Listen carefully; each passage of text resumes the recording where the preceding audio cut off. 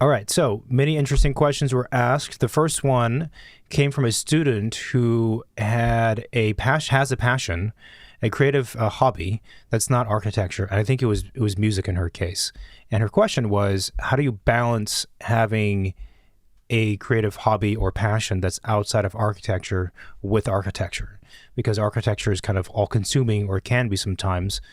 If you're a student or even if you're a practicing professional, how do you balance those two worlds? And is it good or bad to have different things going on in your life beyond architecture? Mm-hmm. So what was your answer to that question? All right. Well, the question sort of came up because I think in my bio somewhere it said that I was a musician or studied music or did something in music. And I had to clarify, like, I don't do that anymore. I'm not a musician. I said jokingly, but seriously, on occasion I'll pick up the horn. I played the trumpet, pick up the horn and play for like 5 minutes, and it'll be okay. And then it'll be very depressing afterwards because the chops are gone after 5 minutes. So I want to be very clear to everyone. I'm not like an active musician. There are a lot of architects and designers who are, and they're very talented. My answer was that I found having that other space of creativity, yes, but in my case, more a craft to hone and to focus on and to be really, really focused on. Having that other space was really important. It just like was a way of breathing. It was almost like architecture was constantly inhaling, and then music for me was like an exhale. It was just like the down to the up. I needed that space to be in. Did it inform my designs as a student? Does it inform how we think about architecture and design today in the practice of architecture and designing buildings? Yes, it does. I've talked about that before. But I think more from almost like an emotional regulation, standpoint, and creative regulation, it was critical for those purposes. So I felt very strongly looking back that I needed that, and I would not have sacrificed my time in the orchestras for more architecture at all. It was really, really difficult. Here's a quick anecdote, is I remember I had a studio that was one of the most difficult studios I'd ever taken throughout all of my years of education. And we had a final review, and no one had slept for like 3 days leading up to that review, of course. And people were just crashing hard, like burned out. I had a concert that same night, and it was a very bizarre thing in general to have these kind of almost dual lives, because the band world is its own thing, and then architecture is its own thing. And there's only, I think, 2 or 3 students that did both. I'm including myself. Anyway, the night of that review presentation, I leave the review. Everyone else is going off and drinking or sleeping. I go up to the auditorium, put on a tux, and go perform as part of the orchestra. I was so tired that I fell asleep on stage. And that's to say, like, it was really difficult to balance those two things. And but I forced myself to always go and participate and be on time and be at rehearsals. And I'm glad I did, because for me, it wasn't worth it to try and sacrifice it for more time in the studio. Yeah, and I think your case is a bit different too, because it was in school, and it's not like you were playing the trumpet on the weekend, to have fun with your friends. Like, it was part of the grades that you signed up to get, right? Like, There's a little bit. It wasn't. I wouldn't necessarily think that it was a hobby in the sense that it's commonly understood as, because of the fact that you were enrolled in classes you had to attend, and those events you had to participate. It's not like in some ways you had the choice to skip a weekend of playing, or like could go to a bar instead of rehearsing.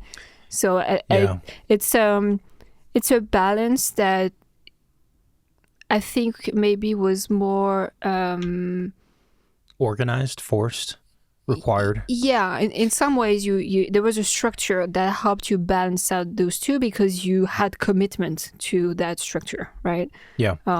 But what's interesting is what you mentioned, like the emotional balance of having that other thing of architecture. Either it fits on something that you are, committed as a student, like a membership or whatever you call it, to make you accountable to it. but I think it is interesting that it creates another place to kind of balance your emotions in some ways. It was really weird. It was like really, really bizarre. I've always had difficulty jumping into a new group, whatever that group is, it'd be even office, the architecture student body, the orchestra student body, or a class, whatever, and just like assimilating and finding my place in that group. I've always kind of maintained a distance from groups. We've talked about this before too. And so it was just totally bizarre to be in the studio all the time with my very close friends and peers, and then just leave it and then go in this like almost different universe for an hour and a half twice a week for rehearsals and whatever else that was going on, with the other musical ensembles I was part of, and be in that space with those people who have nothing to do with architecture. They don't look like architecture students. They don't talk like architecture students. They don't have the same interests as architecture students, broadly speaking. The school I went to was very engineering focused, so a lot of them were engineers. And it's like, now I'm in this, it was strange. And I didn't have like any close friends in the orchestra because I couldn't commit to that.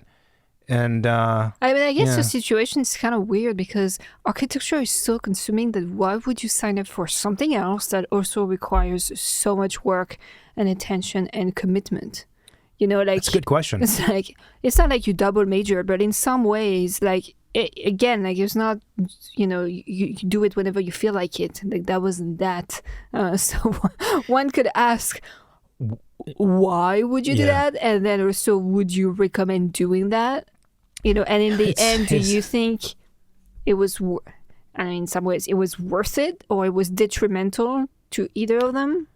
Well, so there's two things also. The school I went to, we had to do GEs, which are general education courses, which means that whilst you're at university, you're not just studying architecture. You have to also take classes in other general education subjects like history, philosophy, writing, communication, math, whatever else, that have, in a lot of ways, nothing directly to do with architecture. So then you layer on top this extracurricular enrollment into something like the bands.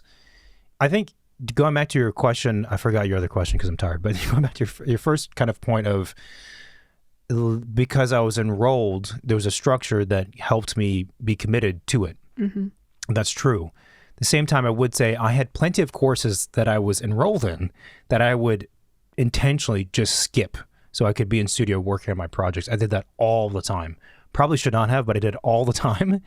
I mean, to the point where, like, for the 10 years after school, I'd have recurring nightmares where in the nightmare, I show up to class without anything and realize it's like a midterm. And I'm like, what? It's a midterm? I don't even have a pencil.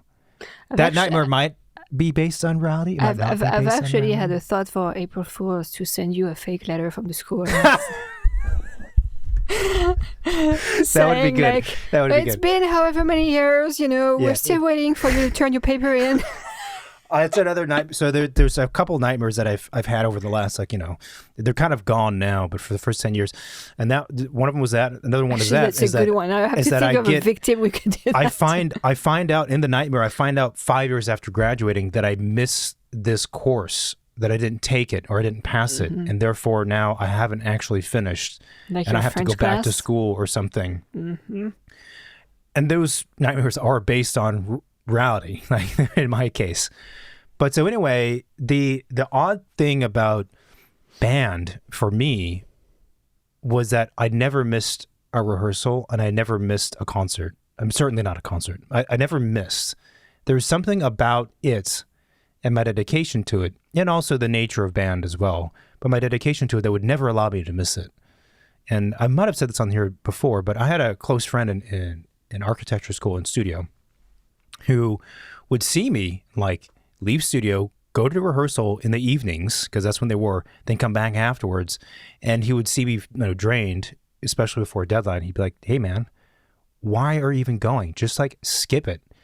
And it was such a weird, an obvious question, but in my mind it was a weird question because it never even occurred to me. The idea of skipping rehearsal, I'm like, oh, what are you talking about? He's like, you skip class all the time for like structures and stuff. Like, skip this. This is banned. But for whatever reason, for me, I'm like, it's just not an option. It's absolutely not an option. And so I don't think I missed any rehearsals. I fell asleep during rehearsals, plenty. Yeah.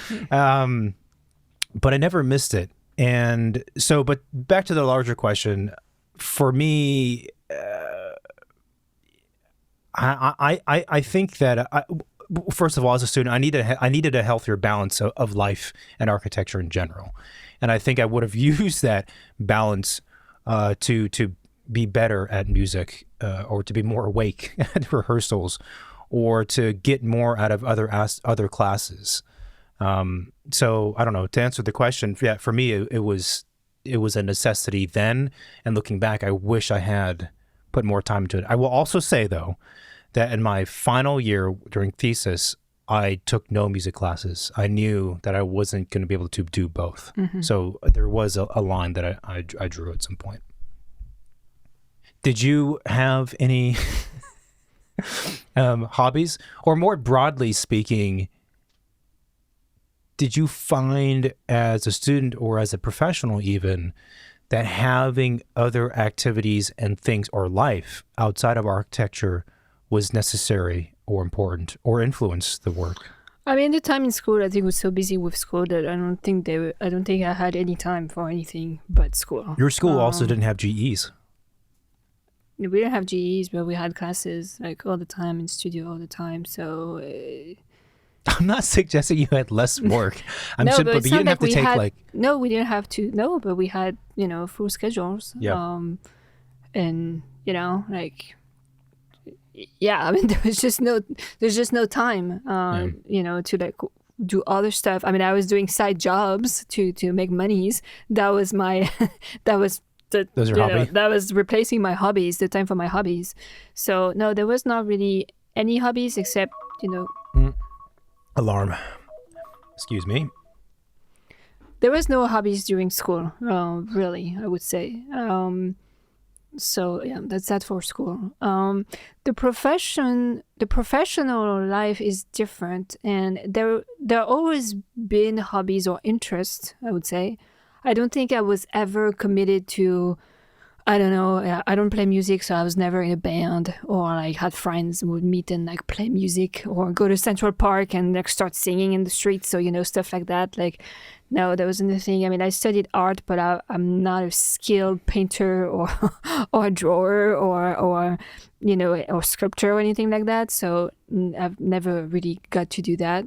I had a pretty good interest in photography, so that would be something that I would enjoy doing when I had a chance to, and then working, I liked making little things and, have like kind of like side projects and things. And it's not really, I mean, in some ways, some of it was serious because I ended up like making money selling some of the stuff, which, in some ways was not just like for myself or whatever. But actually, it was more for myself when I did it as a way to, like we mentioned, kind of like balance the stress and emotions and thoughts. I felt like doing those things was giving me a place to kind of like turn my brain off or meditate or focus on that one thing and not be allowed to let any other voice in my head like talk to me about stuff. Yeah. So I would say hobbies of any levels, like high commitment or small, enjoyable things are to me very important. And they don't have to be anything big. I mean, I don't know, you love plants and you like taking care of plants for 3 hours on the weekend. Well, make sure you do that every weekend, like anything that brings you enjoyment and peace and makes you feel good, to me is some sort of hobby and is crucial to exist. So, it doesn't matter how busy you are with the 9 to 6 or whatever job you're doing, you should always find little rooms for those things, because I do believe that if you skip them at some point, it just like accumulates. Sure. And your emotion, your exhaustion, your ability of think creatively or be social or be in a good mood or feel good, like just degrades. So well, that's why you go on vacation. Yeah, but a vacation is like a little band-aid. It's like, Sure. it's a band-aid you put on like maybe once a year, twice a year, maybe for a week, maybe for 3 days. It's like a cortisone And shot. it's good. It's like, yeah, it's like you're taking a ginger shot, to feel good for A ginger shot. Wow. for a few days. Potent Yeah, ginger. but like Yeah. something like to energize you a little bit. But I think to be more sustainable in the lifestyle, you need to have little sprinkles of that throughout, like every day if you can. Like it could be anything. It could even be like food related. Like you have your morning routine, whatever you eat, or like. Well, now we're really scraping the bottom of the barrel here. We are. Of course we are, because architecture is a very stressful profession, right? And especially when you start working, and if you have your business, and if you have a family, and if you have like whatever is happening in the world, right? Like it all those things to me are super important. I think it's, I mean, I agree with you, right? And this bleeds over into just knowing how to structure your life so you're healthy and happy also. Yeah, and I want to say this is kind of like on on my level of a hobby, which is I don't have any serious hobby that takes me commitment and every week I have to do this, or I have to participate, right? Or I feel the need to spend 15 hours doing one thing, That being said, there is people who have hobbies or passions or things that can take a lot of time or a lot of their brain space, right? There is people who do architecture, and then maybe on the side they love painting and they need hours and days to paint and paint and paint, right? The process takes longer. And and those people, I find it's interesting and maybe a little bit more difficult for them, because it's kind of like you're being torn between your job, which is also your passion, which is architecture, because I don't know anyone who's in architecture and is not passionate about it. And if you're not, then why are you even in it? Yeah. And something else you're also very passionate about that is not what maybe pays your bills, but makes you extremely happy, right?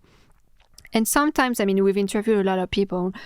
Sometimes these people try to merge the two, the hobby and the job, to try and basically get to do both more often and more equally, rather than only be able to do the hobby whenever you have time, which could not happen very much, right? And I think there is also there's kind of a risk of losing that, I don't want to say like free space, but like the all of the beautiful things that make a hobby, right? And as soon as you bring that into like the business, I feel like you kind of like lost some of the sparkle of that, and you're on a slippery slope where the I don't know, like I don't know. I just feel like you're losing some of the magic and the freedom of what a hobby is. I mean, there's this very common thought that if you're passionate about something and you really, really enjoy it and it brings you happiness, don't do that for a living because it taints it, right? So, yeah, and some people could argue, why don't you do that for a living? Because it makes you so happy. So right. But there's a lot of good examples as to why that, we said, does not work. You know, the idea of, well, do what you love for your job and you'll be happy every day. It's like, that's not really the reality of, especially if you have your own practice or your own business, right? That's not what... yeah, and I think what it comes down to is, like, let's say you love painting, right? You do like a bunch of canvases and like just love doing that. If you just do it for yourself as a hobby, and now you're trying to turn that into a business, there is, as we know, like a whole other aspect that making a business has to be about. Right. And therefore, now whenever you're painting, you're not just spending 100% of your time painting, you're spending 20% of your time painting and 80% of your time making it a livable thing.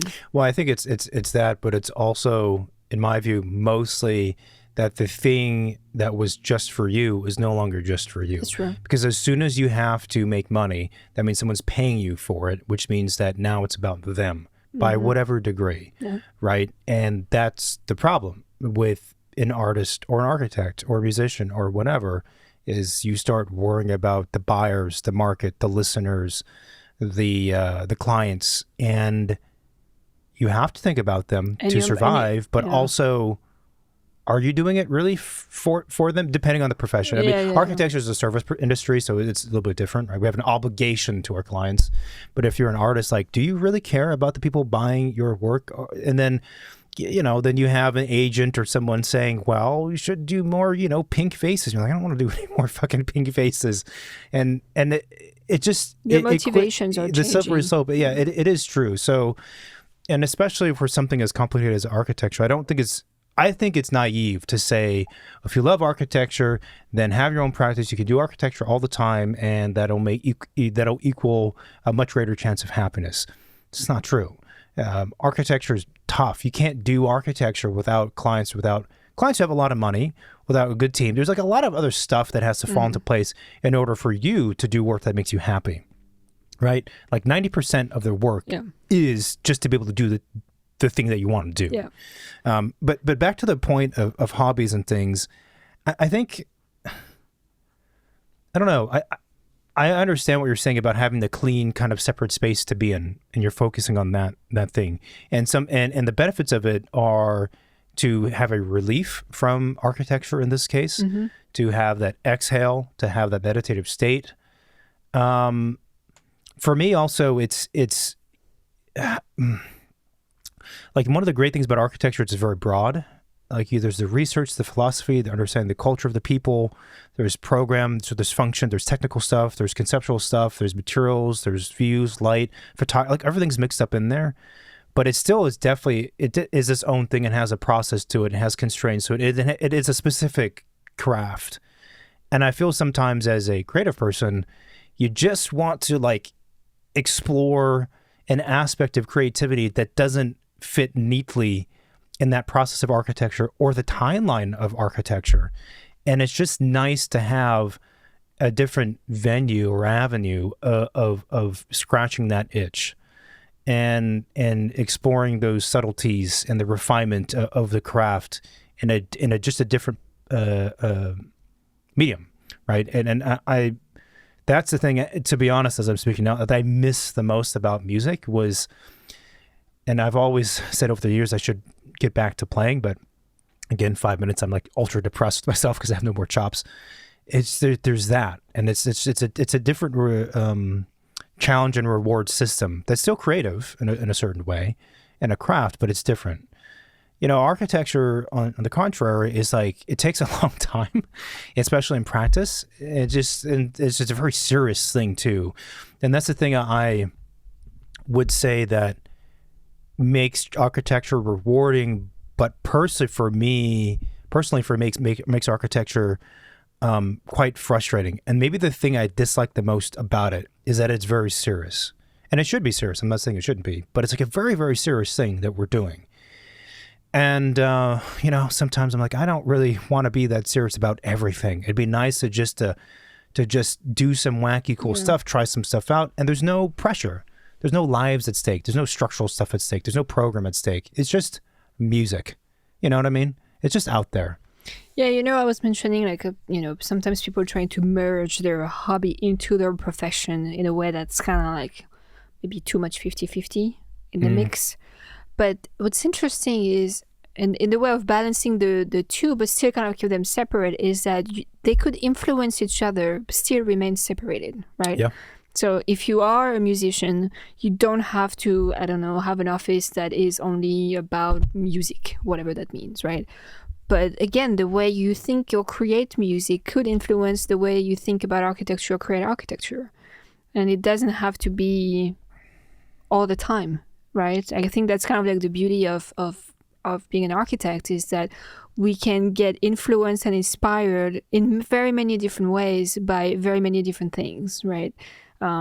So yeah, I think that's true. It also reminds me, because we've interviewed a lot of people, and I said this to the students, that some of the most interesting and successful people in our industry of architecture and outside of our industry are interesting and successful because what they produce is somehow a mixture of things that you wouldn't expect to be together. And that has been consistent and across all the people we've interviewed and outside of the podcast that we've met. There's something about their background, something about their experience and their education, whatever, that is a little bit different. And those spices mix together to make something special. And sometimes it's really obvious, and it's like it's branded that way too. And other times it's very, very subtle. But I think it's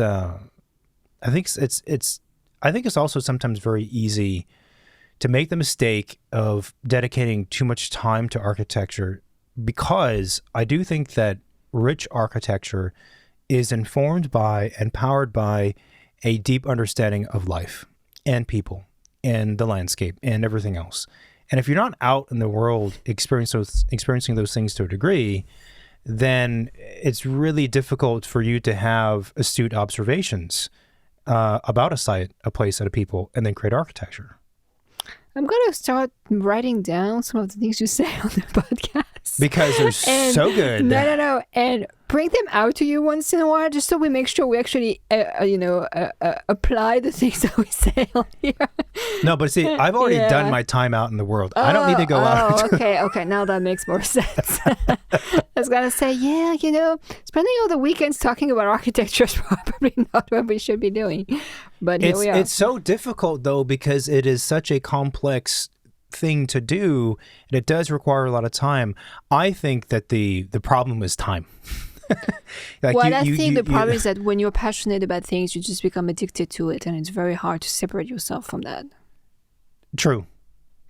And architecture is one of those things that just sticks to your skin, and you can, wipe it off. If you could pause time and then go, travel, or pause time and study painting, and pause time and do that, and then hit resume, and now have those skill sets and that knowledge and that experience, you would do that. I would do that. Says the guy who used to do music and band practice at the same time as getting an architecture degree. It seems like you did that so you could keep doing that.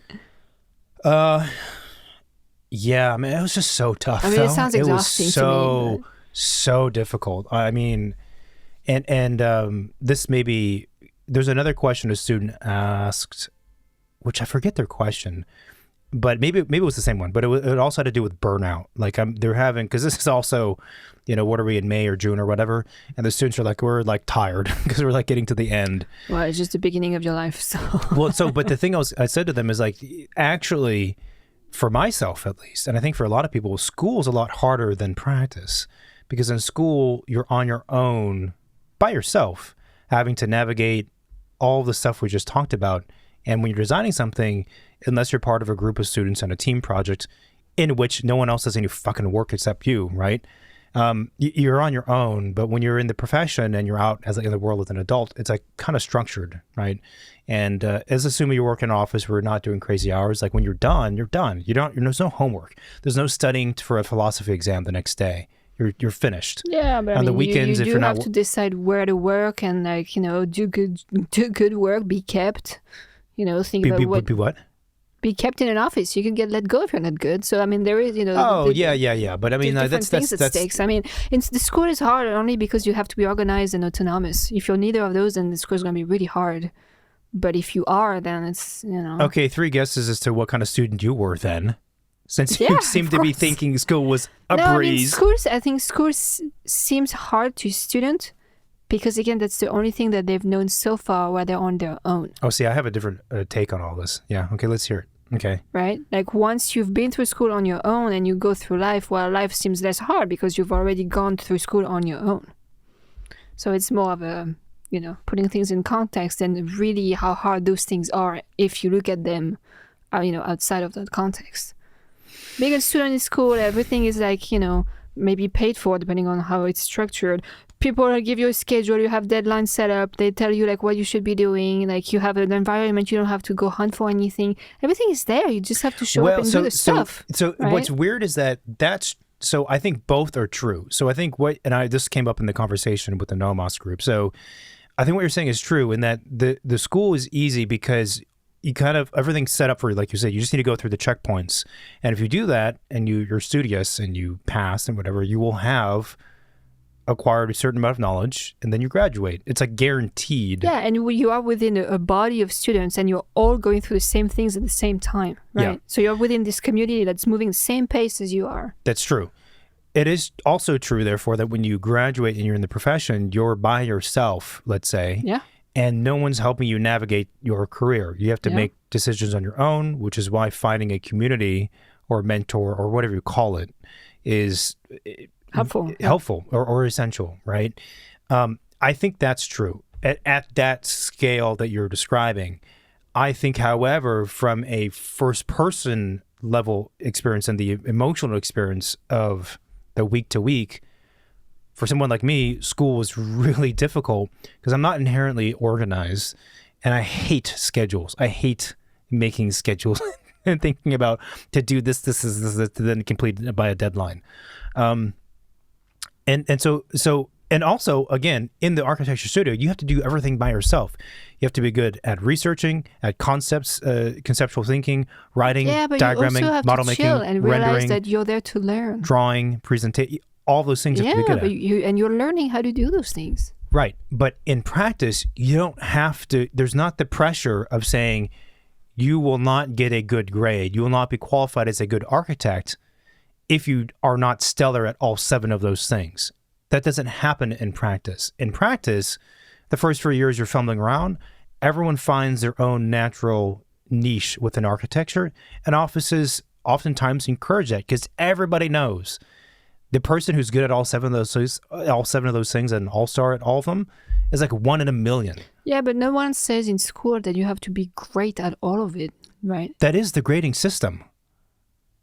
When you go when you're in a studio, it's not weighted based on your personality. You're graded based on all of those things. So if you suck at presenting, you get a 0. I don't know. It's not really. It doesn't yeah, but I work feel this like way. But you don't get a 0 out of 10. You get a 0 out of 10 because you're not good at presenting. You don't get. They don't dismiss presentation skills because you don't like presenting. No, fine, but you don't have to have be the top at everything, right? No, it's not about being. No, it's not about that. If you're not the top at everything, you're not good and you suck and you're sad. It's that there is the pressure of performing well across all of those marks, right? Okay. Right. I don't know. I didn't go to school here, so my grades were of course, at any school, right? Like the 7 things I mentioned. Yeah. Right. You're meant to be learning those things, and you're supposed to be succeeding and doing well in all of those things. Yeah. Right. So I'm not really saying that the grades are actually calculated based on that, but that is the system. Whether or not that translates to the grade itself is different because grades are inflated, blah, blah, blah, blah, blah. But that's the pressure. So as a student, you have to be good at all those things. You're training to be good at all those things. You are performing and presenting in front of everybody in the presentation and the studio with their work on all of those things. And that's really, really difficult to do on top of managing your life and your schedule and your GEs and But those taking are things tests. you're also going to have to do when you're working. So, I mean, it's nothing. No, what I'm saying is you do those when you're working to a degree, but pretty quickly when you're practicing, you find out, you probably already know actually, like, okay, for an example, I suck at client presentations. The office says, no problem. You're super skilled at production drawings and you love that. Then that's what you're going to do mostly at this office. You're going to be in the technical department of doing that work. Yeah.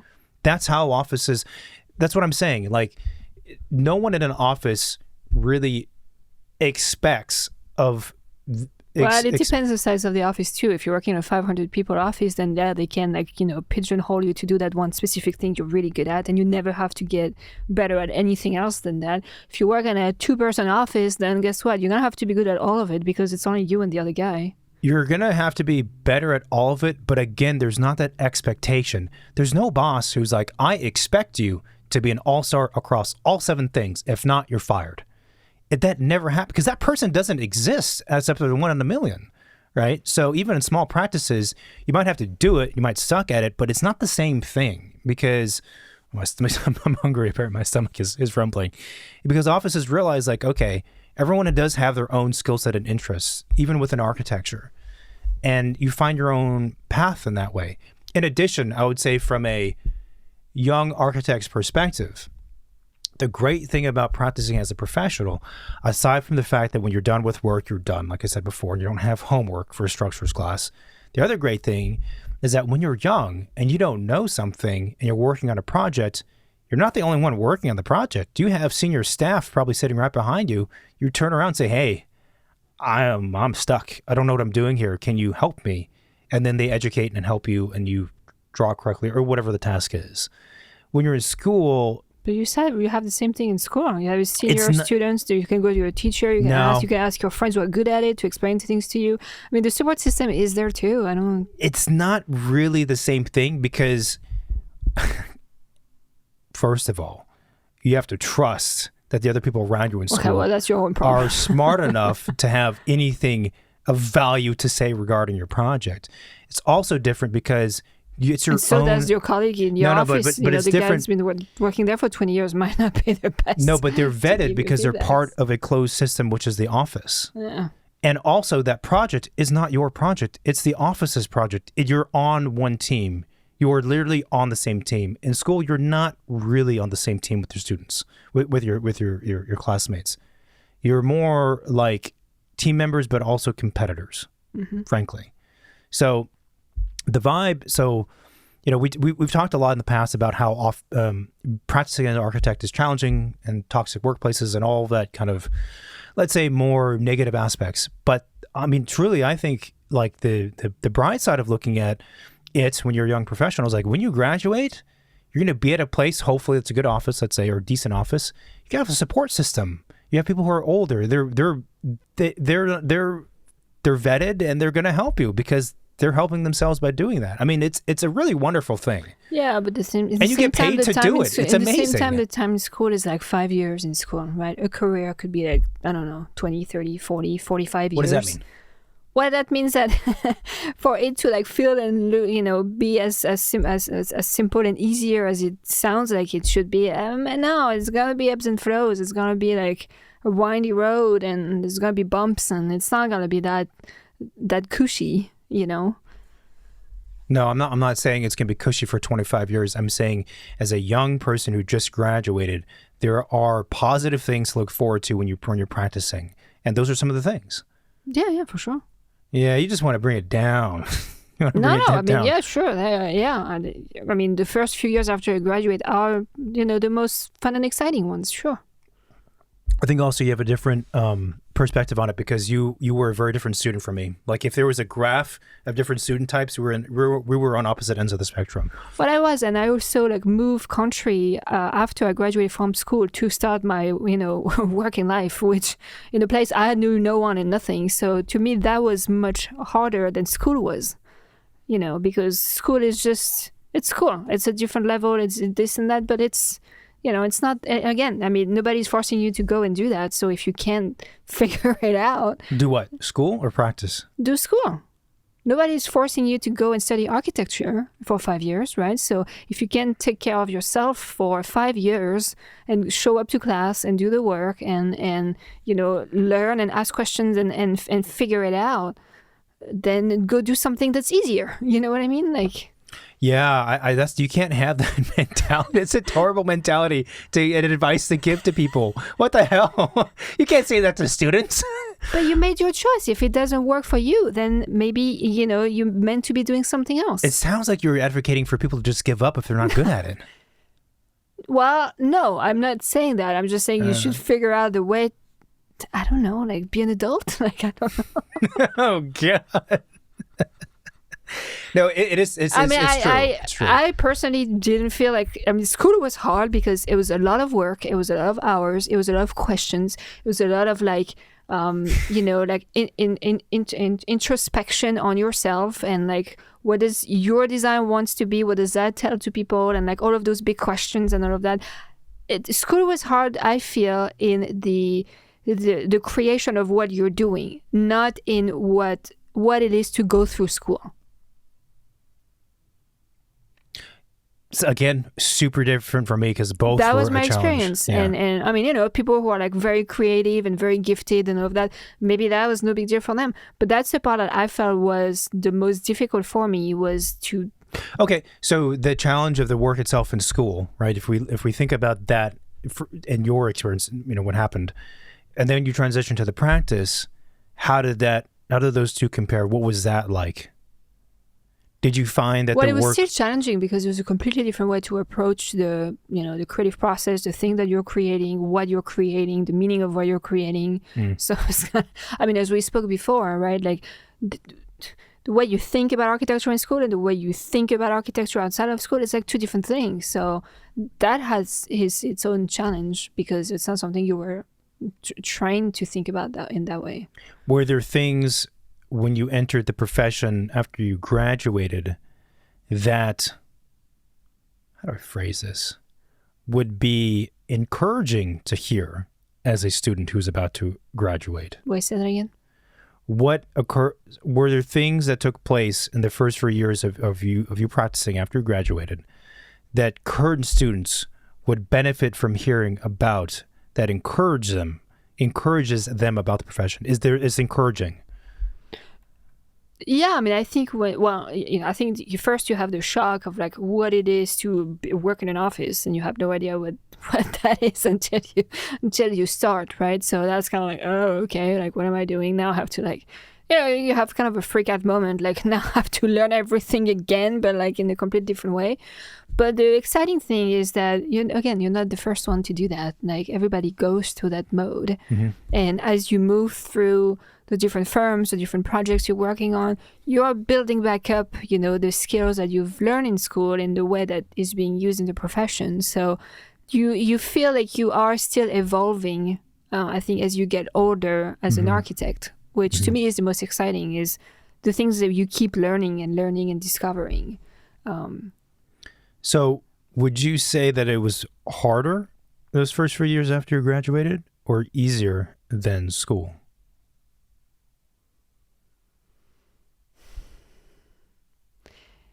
I mean, I could see your point. Like, they could be, Yeah. No, I could see your point, but no, but the thing is, it's easier and harder on different aspects. Sure. Right? It is harder because, again, you have to make decisions that are going to impact your life, your future, and the places you might end up being in life later on, or the projects you're going to end up being able to work on, depending on what firm you've worked at and, the previous stuff you've learned and what you found out you're good at in the profession. What you were great at in school might not be what you're great at when you start working. So, like for example, I don't know. Maybe you were great at presentation in school, but guess what? Like the way office do presentation with clients has nothing to do, and therefore you're not that person. I'm just making stuff up, right? So what was I saying? I'm getting tired here. Yeah. So I think that was maybe like what was harder is Right, kind of like those. The bigger questions of life, apply to the field of architecture that you study once you start working. And those are things that only you can make those decisions and can decide which direction you're going. There is no one that's in school. There is no teacher like holding your hand and telling you, oh, maybe you should consider this. Oh, maybe you should consider that. When you're on your own. You're on your own. Yeah. And for sake, if you move to another place, another country, like you have no one to tell you where you should be going. Did you just swear? Yeah. You don't know what firm is good, what firm is not good. You don't know how much money you're supposed to make. You don't, all of those things. You know what's weird is like I have, and this is like a sort of a revelation. I have the complete, I agree with everything you're saying, and it is true. But for me and what I experienced, it was like the total opposite. I was not nervous at all about entering the career. I was not nervous at all about like the trajectory of the career, about all the stuff you said. You didn't have to didn't switch from metric to imperial. Well, it's sure. And learn like the New York building code and all of that stuff. I'm like, what is the building code? Like, what? Zoning diagram. I'm like, what? I've never learned that. Well, but I didn't know that either, right? So I think there's actually a lot of things. I guess that makes me feel better. Yeah, there's a lot of like. So you came from France, United States, and there's definitely a whole list of stuff that's more challenging because of that. I mean, technical words, man. Cantilever. I didn't know what that meant. Right, yeah. But at the same time, a lot of the stuff that you didn't know, and then therefore was a challenge. Just to say overlap with anyone who just graduated from school because you just don't know anything about the profession. Probably, like therefore you should move abroad if you want to. Yeah, honestly, no, it's easy. It's easier, especially to do it at that time in your life. Because you're still fresh and you're going to learn and pick up things much faster than if you do that 10 years later. Yeah. It's maybe that's why, in a certain sense, in practice, we are complementary because for me, it's like, it's the opposite. Like I really struggled in school on my own. in terms of the big. This actually really makes nice sense now. In terms of like the big picture arch, arc of thinking of careers and this and that, all the stuff you mentioned, like not concerned. I wouldn't say it's a breeze because it takes a long time to unfold. Yeah. But like, I'm not concerned. I can problem solve that in my mind and think about the all the angles of it. Not an issue. Someone giving me a task of designing a whole structure by myself, especially as a student, and then also make sure you show up to class for this other thing and structure yourself. Impossible. I couldn't do it. And I got through, but obviously because I've had nightmares about missing stuff, I did not do it so very successfully. Are you sure you went through? I don't know. Do you have your diploma? When I did grad school, I still had some of the, I guess, PTSD. So for one of my classes or two of them, I never even checked my grades. I didn't want to know. I did get a diploma. I'm like... Are you sure it's your name on it, not someone else? I'm pretty sure I got a diploma. You might go check after this. But yeah, so it's funny. I mean, so for listeners who are like me, there is some kind of relief, a sense of relief to be had, because when you graduate and you go and practice, if you're at a good office, there's these things that take place. Or you're hunted forever. But the downside, you will be haunted forever, yes, by some of these nightmares. If you miss, I mean, I legit, the nightmare of showing up and missing a midterm, that legitimately happened to me. I didn't miss it, but it happened to me twice in two different ways. So just fun stories. So one was a course taught by the dean of the college I was a part of, and I overslept.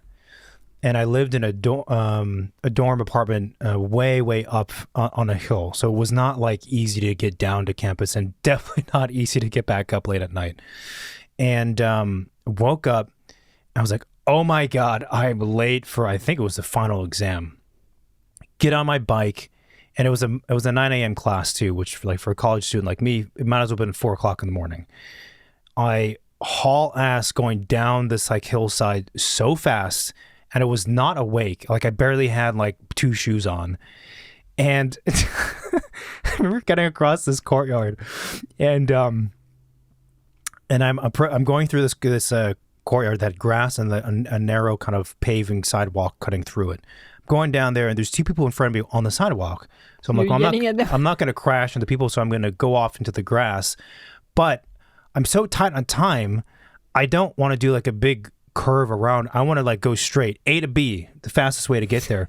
So anyone who like rides bikes, I didn't have off-road tires. They were kind of like hybrid tires, so they're pretty slim. I was gonna say, like, you can only go on grass if you have like bigger tires. And so the deal is when you transition from a raised sidewalk to the grass, you need to commit and go off at a steep enough angle. Otherwise, what happened and what did happen, your tire gets stuck between the sidewalk and the grass. So I blast past these people, and like I get stuck like 10 feet in front of them. And I just like tip over like a scene from Curb Your Enthusiasm. And then I can hear them laughing. And I vaguely recognize these people also.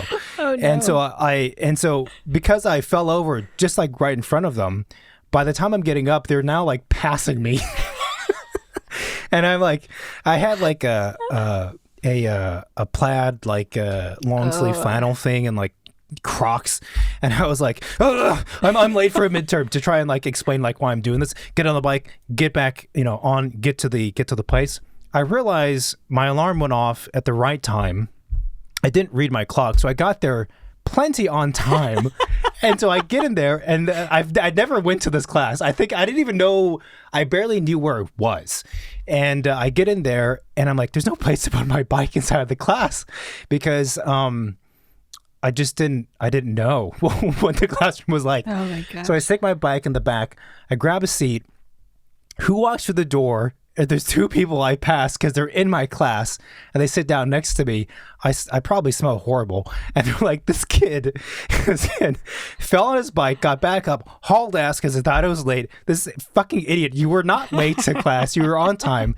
And then I didn't even have like a pencil. So I think I borrowed a pencil from the guy that I passed on the bike. that was one example. I had there's another story too, but Oh, so God, sounds so stressful. it was pretty stressful. It was pretty. So now you see. Yeah, I could have never been friends with you in school. Now you see. Yeah, and I understand why school was harder than, you know, professional life. Also because the professional life, I was around. So I was making sure that we would wake up in the morning and get to work. But the funny thing also is that in the professional setting, you can't miss work.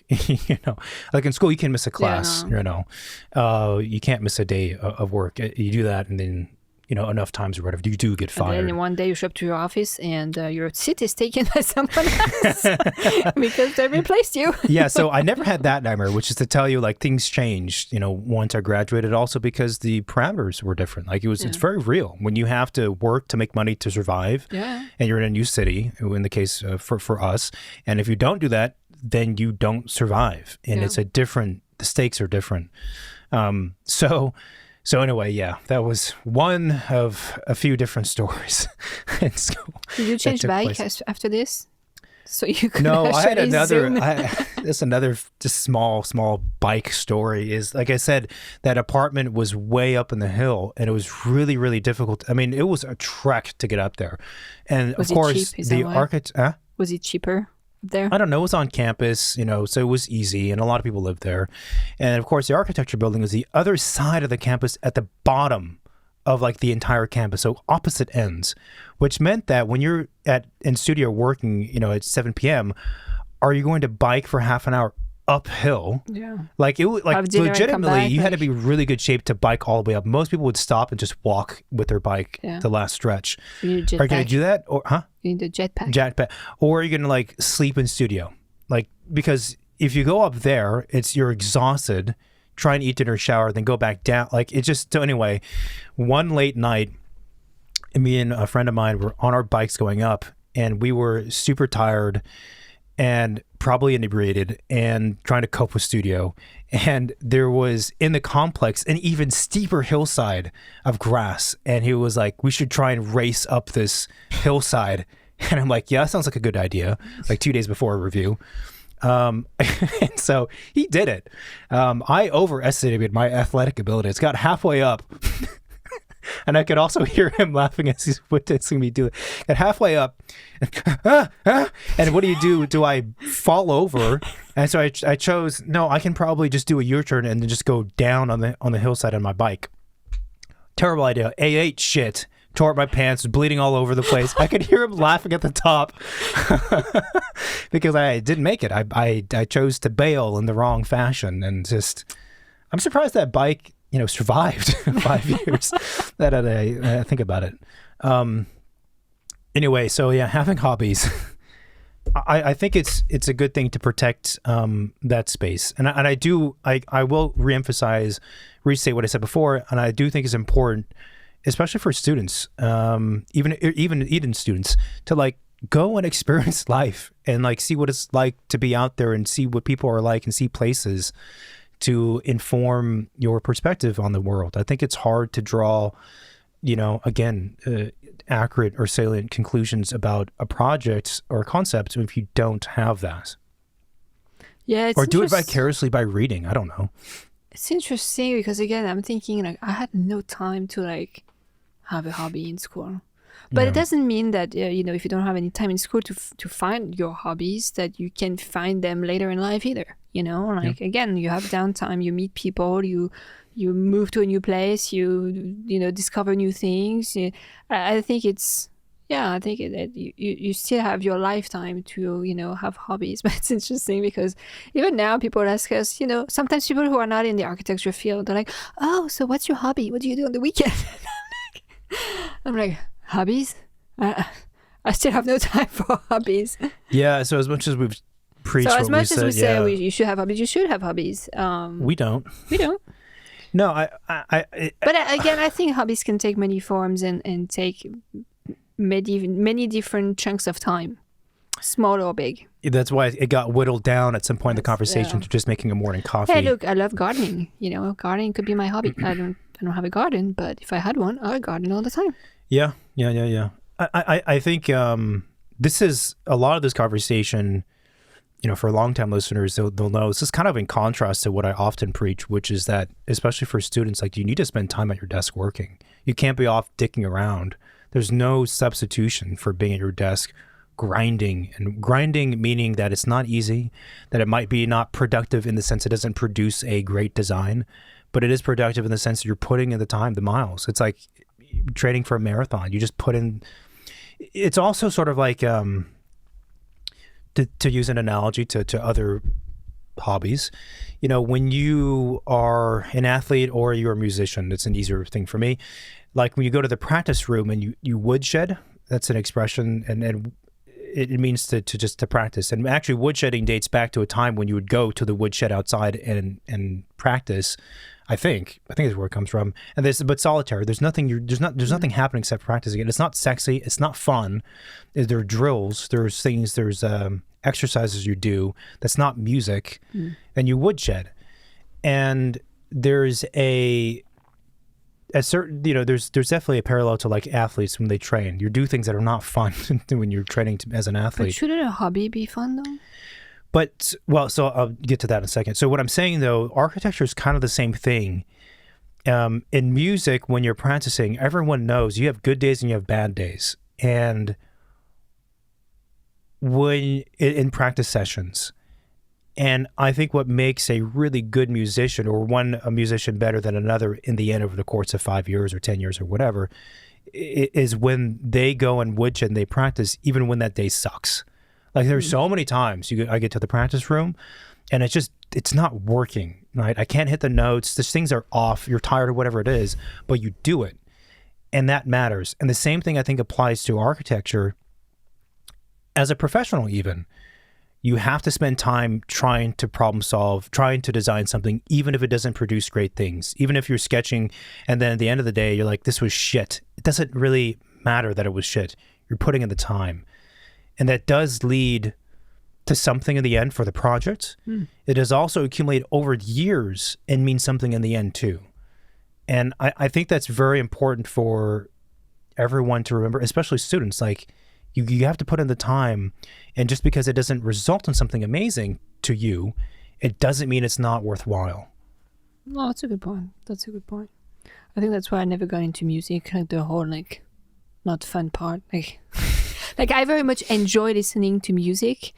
I don't think I would enjoy playing music because of all that stuff that comes with. That being said, I do that with architecture and I have the problem with it. So that's why to me a hobby should feel fun. It should feel like lighter and an escape and a way to kind of like, I don't know, just breathe and yeah.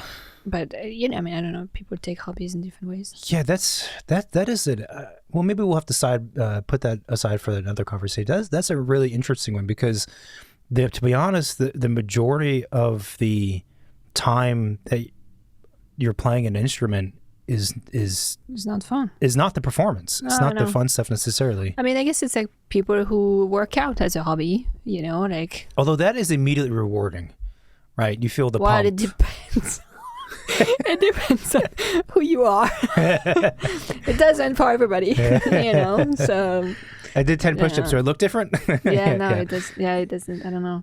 Yeah, it's but so anyway, let's wrap this up. So we had other David's questions. Hungry, so let's wrap this. Yeah, my stomach is. I need tacos. So we didn't get to the other questions. So this is good. We'll save them for other recordings. So yeah, summary, I think having a creative hobby, preserving it is important. It's worthwhile for your emotional state, for your creative state. It's just good. And I think if you are organized like Marina is, then you can do it successfully. And if you're not organized, you can still do it like me by fucking just crashing through it. I'm so organized I have no hobby at the moment. So. Yeah. And on the subject of burnout in school, again, if you're someone like me, then there is something to look forward to in the profession. Yeah, and I think also, more like humanly speaking, I think having a hobby is also another way for architects to connect with another body of people that is not architects. And I think that that is in some ways one of the risk of our profession is that in the end you only end up being surrounded by architects. So having that, other arm out there that's reaching out to a different pocket of peoples and communities and whatever, I think is very healthy to have. Did not do that.